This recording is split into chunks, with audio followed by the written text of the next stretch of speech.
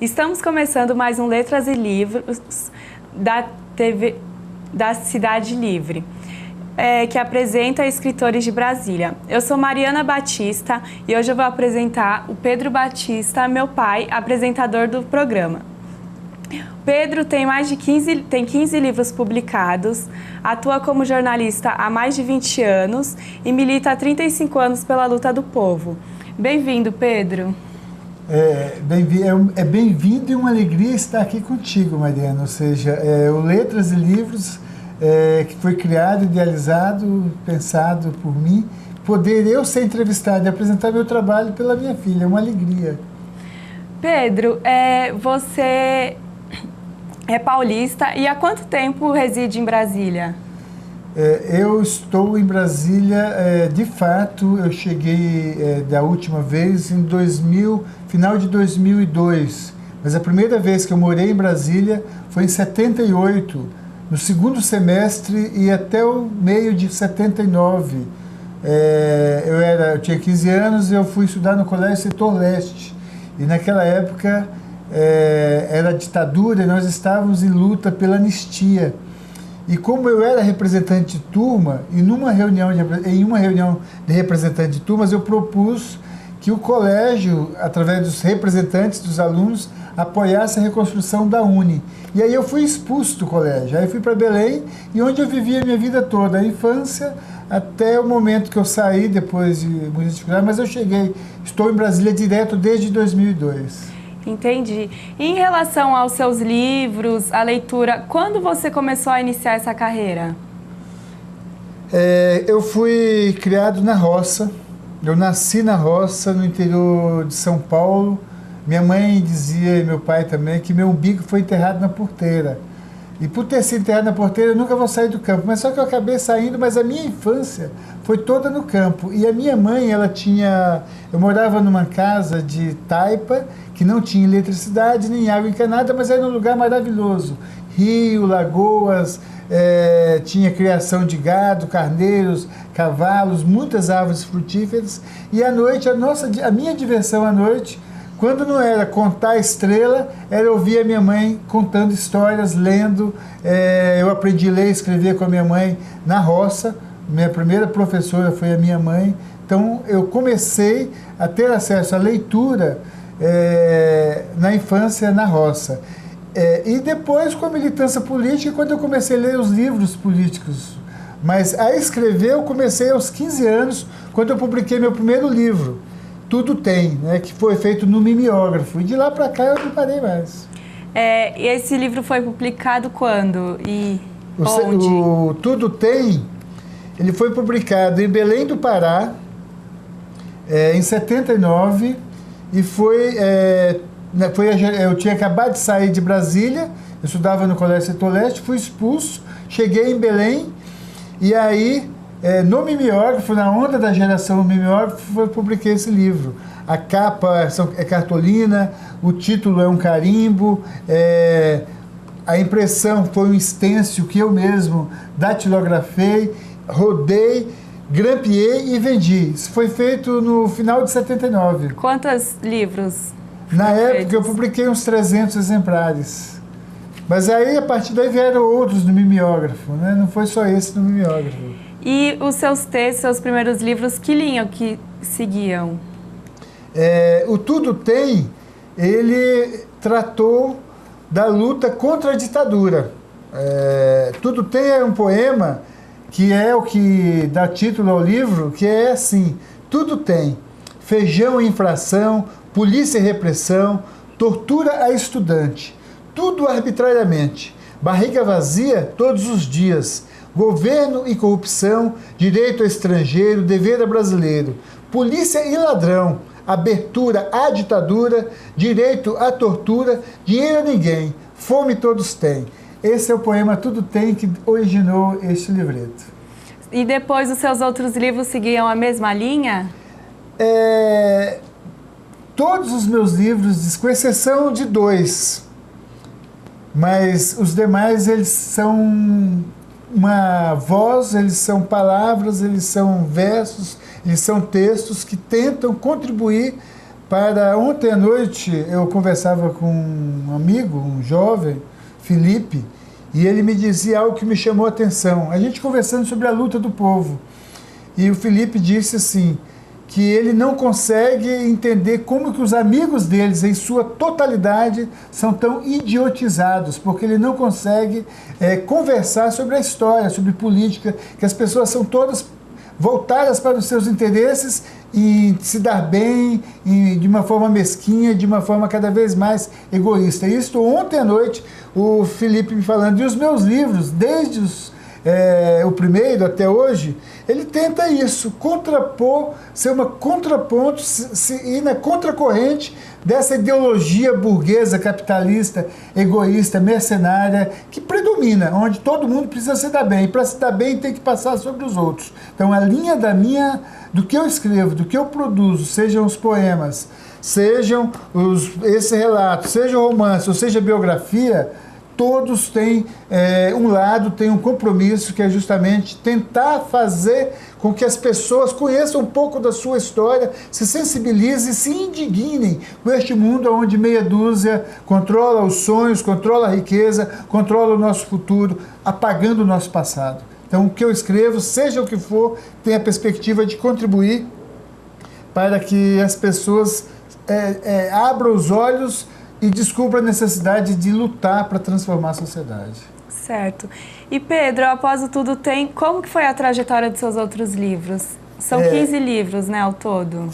Até hoje eu publiquei 15 livros, incluindo 2 coletâneas, Letras Livres e o Enluado Novo.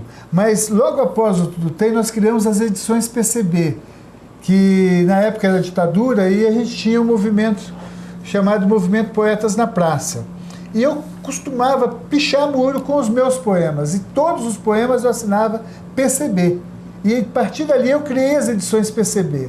E era justamente para confundir e para provocar a ditadura.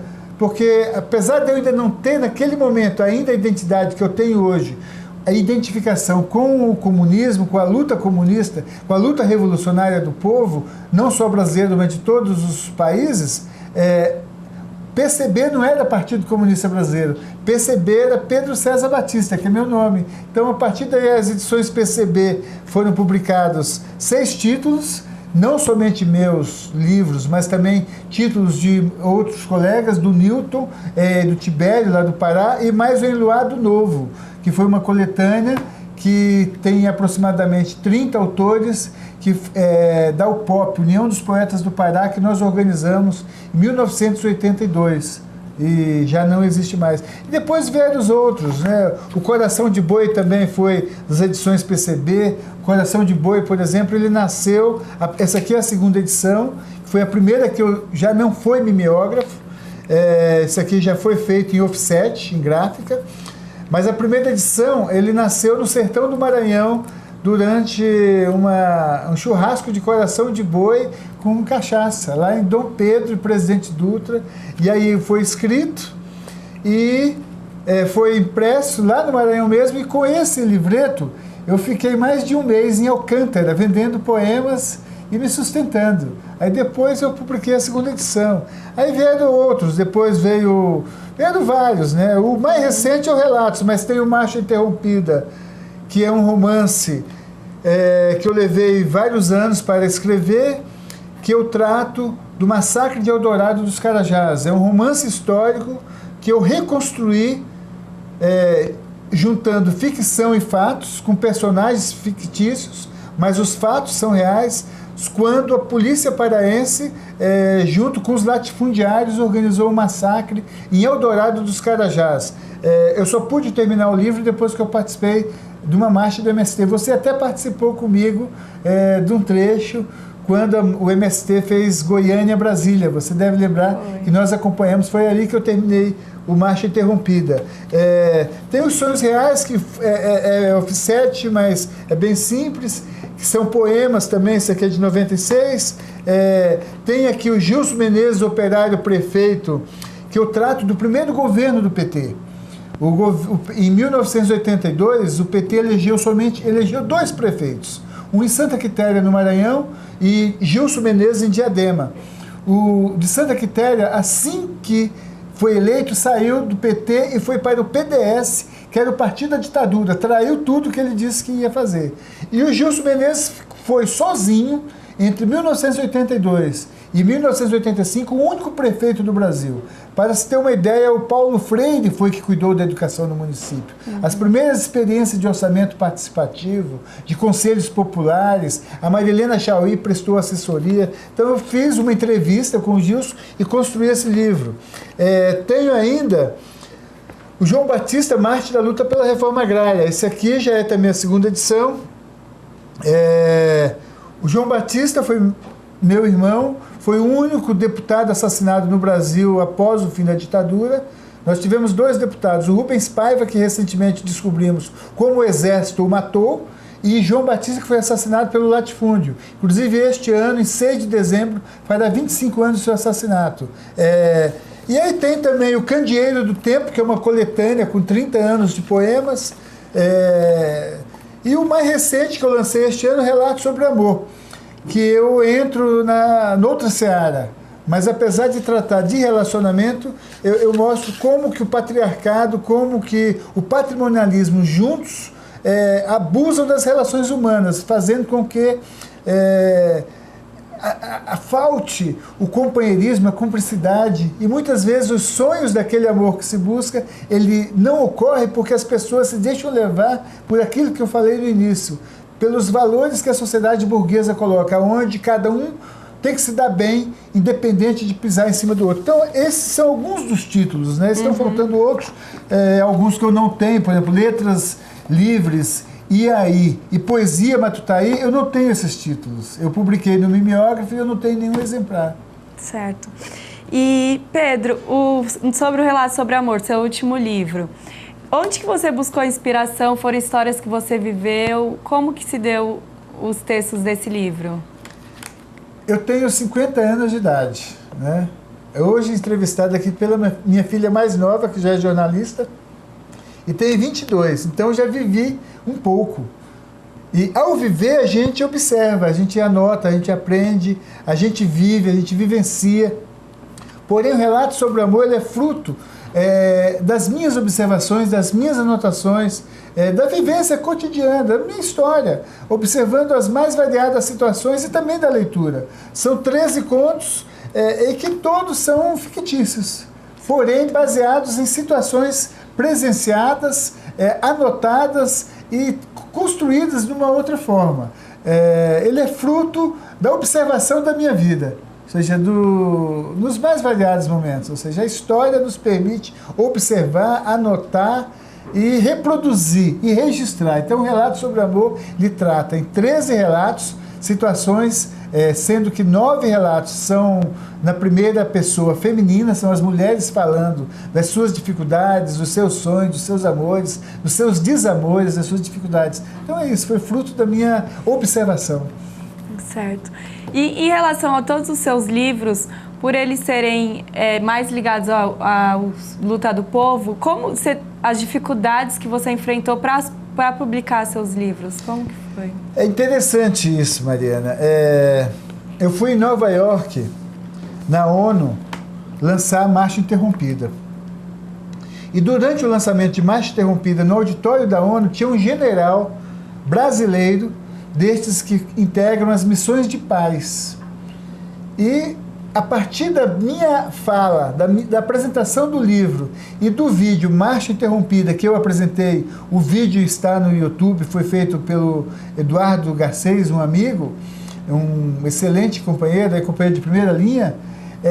Esse general provocou uma discussão intensa, reproduzindo o mesmo discurso que as elites usam, de que os trabalhadores sem terra são vagabundos, são violentos, são agressivos, que roubam as terras, que não têm interesse. Então, isso provocou uma grande discussão, é fruto disso. Já em Portugal, em Lisboa, eu fui lançar todos os meus livros, fiz um lançamento, e também o pessoal que organizou o lançamento apresentou o mesmo vídeo.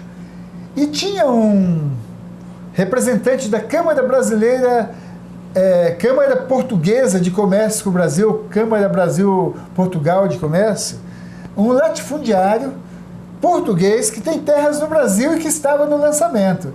Depois, antes de eu começar a minha apresentação, ele levantou e fez um discurso, que não estava lá para ver discurso de sem terra, que lá ele tinha ido para um sarau, tinha ido conhecer um autor brasileiro e não para ver alguém para defender os sem terra. Só que, felizmente, esse debate ele foi rico, porque os portugueses também se posicionaram.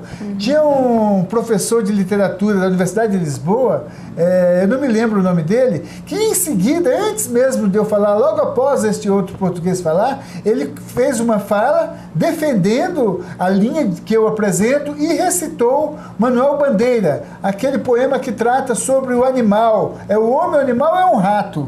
Ou seja, quem está ali mexendo, eu não me recordo bem, não sei declamar o poema, mas foi uma resposta. E isso fez com que os outros lançamentos em Portugal fossem um sucesso. O primeiro foi Lisboa, depois eu fui a outras cidades, mas eu já tive problemas também no Pará, onde grupos de companheiros do campo da esquerda boicotaram lançamentos meus. Já tive inúmeras dificuldades, já teve amigos meus que, por exemplo, o João Batista, aqui na UNB, ele foi usado por uma professora de disciplina Movimentos Sociais. Ele, inclusive, é prefaciado pelo João Pedro Stedley, do MST. Então, eu já tive apoio, já tive dificuldades. Então, se fosse autoajuda, se fosse aqueles romances que tratam dos interesses comerciais que propagam o consumo, com certeza seria fácil divulgar. Eu já tive inúmeras dificuldades e continuo tendo, porém, eu nunca, se eu quisesse, aos 50 anos, mudar de lado e passar a servir aos senhores que secularmente exploram o povo, eu estaria do lado de lá. Não, eu sei o lado que eu estou, eu sei a quem eu tenho compromisso, quem está do meu lado, quem é meus companheiros. Então eu continuarei escrevendo, apesar das dificuldades, não há nenhum problema. Certo. E você está escrevendo um novo livro para lançar, sobre o que ele trata? Eu estou trabalhando atualmente em um livro chamado Jornadas de Junho. Estou contando com a ajuda da minha companheira. Você, inclusive, teve um papel aqui, está lendo, está me ajudando. Jornadas de Junho, as vozes nas ruas, mais ou menos, o título não está definido. Porém, é um livro que resgata o processo de mobilização ocorrido em junho no Brasil. Porque eu tenho o privilégio de ter participado da luta pela anistia em 79, foi inclusive preso naquele período, tive o privilégio de participar da luta pelas diretas, também na época eu era vice-presidente da UBS, peguei uma porradinha de cadeia também, tive o privilégio de participar da luta, da campanha da Frente Brasil Popular em 89, do impeachment do Collor em 92, da Marcha dos 100 mil em 97 do MST, e em junho deste ano também fui a uma manifestação, onde eu fui em alguns momentos. Então, o que ocorreu em junho, quando os partidos organizados, os partidos da esquerda, o movimento sindical, os movimentos sociais não tiveram direção. Eles tentaram, a direita também tentou, a direita inclusive teve mais influência no movimento do que a esquerda, devido ao papel que a grande imprensa, as redes de televisão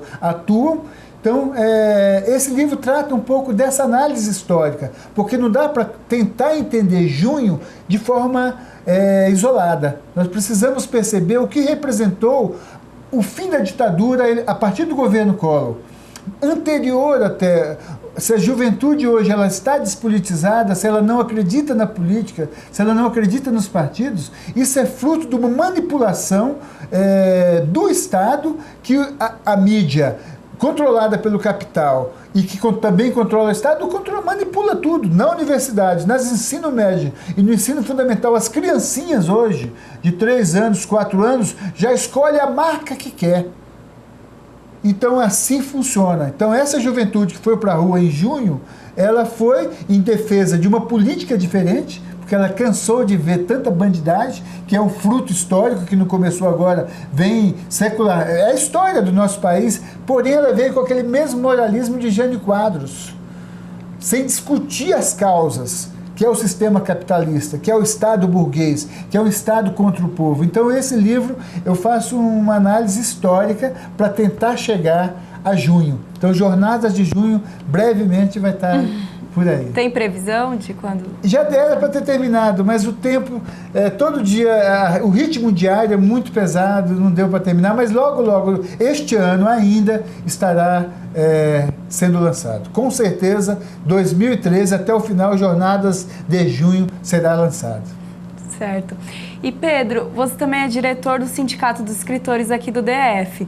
Como que funciona esse trabalho? Existe um incentivo à leitura? Como que são os principais projetos do sindicato? Essa semana passada, teve reunião da diretoria do sindicato. E eu cada vez mais percebo que o autor, o escritor, ele é como um artesão. Ele inicia e termina o produto. Ele depois, quando chega na gráfica e na editora, ou ele está trabalhando só o seu produto, ele não consegue trabalhar de forma organizada, ele não consegue trabalhar de forma unida. Então, o sindicato ele é reflexo dessa desunião da categoria, de uma categoria que, ao mesmo tempo que, em tese, é intelectualizada, porém, na realidade, não passa de artesãos que tentam cada um olhar só para o seu umbigo, cheio de orgulho, mas o sindicato tenta romper isso.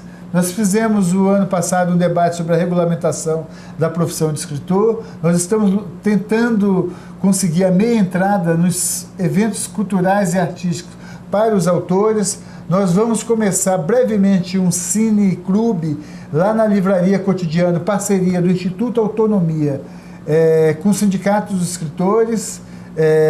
Foi publicado também uma coletânea. Então o sindicato ele tem décadas de existência. Eu entrei nessa última gestão e estou trabalhando, contribuindo para tentar juntar e, mais ainda, politizar. Ou seja, não dá para o autor, o escritor, ficar servindo a mesmice de sempre, pensando que a sociedade é para ter orgulho, ser privilegiado, se dar bem. Ou seja, a gente tem que contribuir como escritores para construir um mundo melhor. Essa discussão que eu tento levar lá para dentro, mas é muito difícil. Apesar disso, eu persisto. Certo. Pedro, além de escritor, você também é jornalista. E quais são as outras funções que você exerce? Como que dá seus outros trabalhos, além do escritor? Na área de jornalismo, eu sempre trabalhei com movimento social e fazendo assessoria de imprensa. Atualmente, eu tive um jornal, um período em São Paulo, trabalhei com muitos jornais alternativos e estou aqui com os companheiros e companheiras da TV comunitária já há um tempo, como um colaborador, como parte desse coletivo no enfrentamento à concentração dos meios de comunicação, ou seja, a luta como jornalista e como comunicador, ela se dá no enfrentamento ao monopólio dos meios de comunicação. Trabalhei uns 3 anos formando comunicadores comunitários na Amazônia, através do GTA, Grupo de Trabalho Amazônico. Fiz assessoria de imprensa no parlamento, tanto federal como distrital, como em outros estados.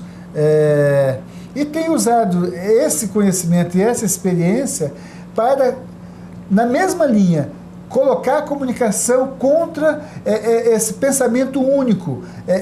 A situação é tão maluca e surreal que criou-se um discurso que chamam os socialistas e comunistas de dinossauros, sendo que nós somos novos no tempo da história. Quem é velho, quem é dinossauro e quem é ultrapassado são os capitalistas. Ou seja, o sistema mercantil ele tem meio milênio, mais de 500 anos, mais de 5 séculos. Desde antes da chegada dos portugueses aqui, já existia esse mercantilismo.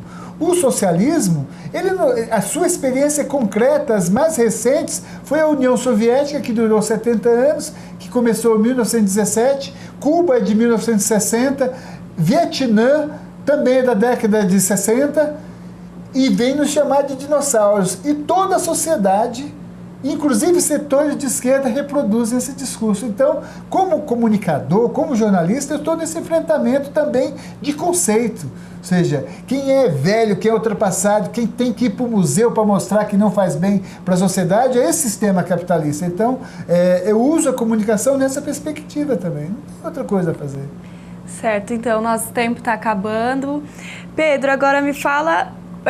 para achar seus livros, seu contato, quem se interessou pelo seu trabalho. Brevemente eu vou estar com uma página onde eu estarei vendendo todos os meus livros e vai ser um presente da minha entrevistadora aqui, que também vai me ajudar a organizar esse site. Agora, o meu e-mail é o pcbatis@gmail.com. E os livros, eles podem ser conseguidos na livraria Cotidiano, que fica na CLS, Comercial Local Sul, 201. Ali próximo, começando o eixinho, logo após o setor bancário sul, no começo da Asa Sul. Livraria Cotidiano, lá se consegue, ou entra no Pedro César Batista, blogspot.com. Também lá você vai encontrar caminhos. E tem ainda o Militante do Campo.blogspot.com. Então tem essas páginas, o e-mail e a livraria. Lá pode conseguir meus livros e é por aí. E também tem o Letras e Livros, que nós estamos por aqui. Certo, muito obrigada, Pedro. Hoje conversamos com Pedro Batista, escritor. Continue conosco na TV Cidade Livre. Muito obrigado pela companhia. Eu que quero agradecer aqui a alegria e o privilégio de poder apresentar o meu trabalho no Letras e Livros com a minha jornalista preferida. Obrigado, Mariana. Obrigado. Obrigada.